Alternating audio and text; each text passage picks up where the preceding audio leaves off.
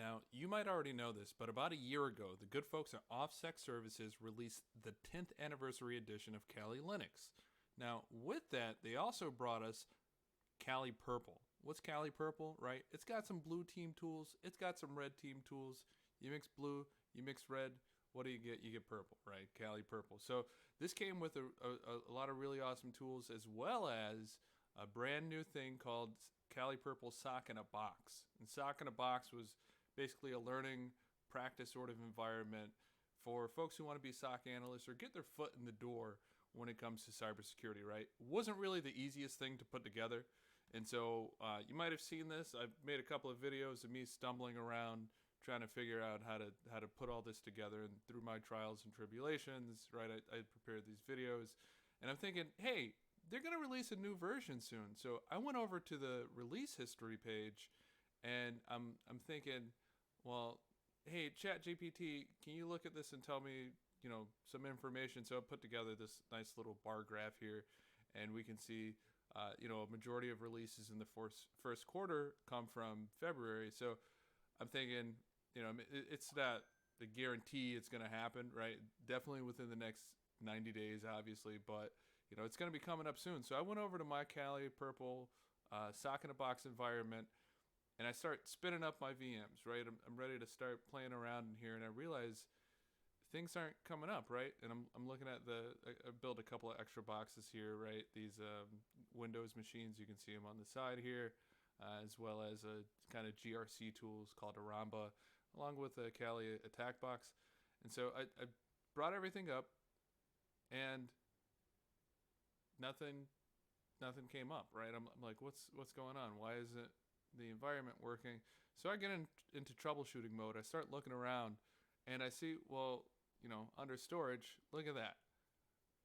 Two of my disk, two of my storage areas over here are at like 100% utilization. So trying to figure out which machine it was. Well, it's machine 301, which is our Kali Purple machine.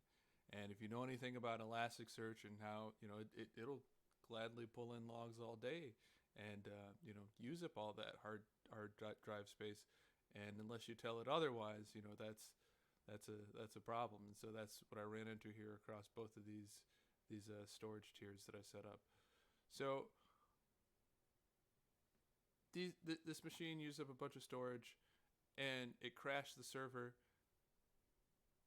And it got me thinking, right? I'm curious now, like, in the beginning of this, I started putting together this list of resources it would take, but now we got some data, right?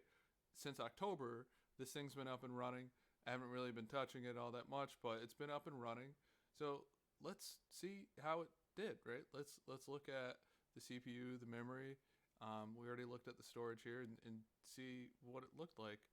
So for CPU, I mean, it doesn't look like it really got above 14% utilization, and that's with 12 CPUs. These aren't anything super fancy, just these Xeon. The version numbers there at 3.5 gigahertz.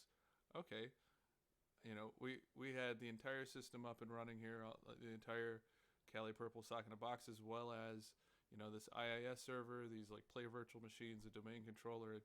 Right, we never really got above 14% CPU usage, which is pretty awesome. So, that's good to know for the next build. As far as the memory, right? When we look at how much machine the memory's been using since October when we spun everything up, well, after I got the base system installed, and remember I budgeted around like 64 gigs, I did bump a few of the machines up because they were sluggish. So, with that bump, sitting at around 75 gigabytes of RAM usage. And so that's not too bad, right? That'll get you your base Sock in a Box environment, no problem. But with the entire lab, like all the Windows machines and everything, we're looking at around like 120 gigs, right? So if you want to play with a bunch of different machines, and it doesn't even have to be this complicated, right? This is kind of overkill for what you really need if you're trying to learn. But 120 gigs of RAM, that's it. And so Where's the oh yeah, we already looked at the storage. So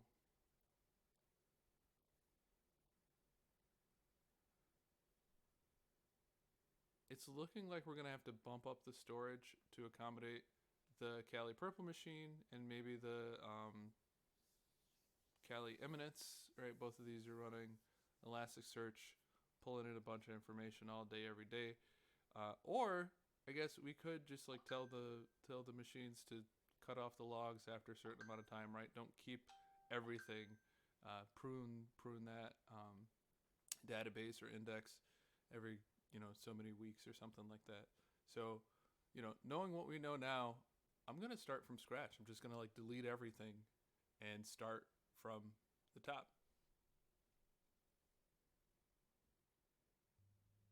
And the final one.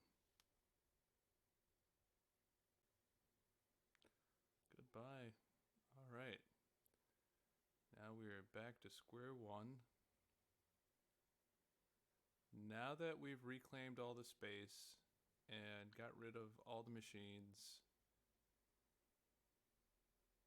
I guess we can go ahead and start from the top.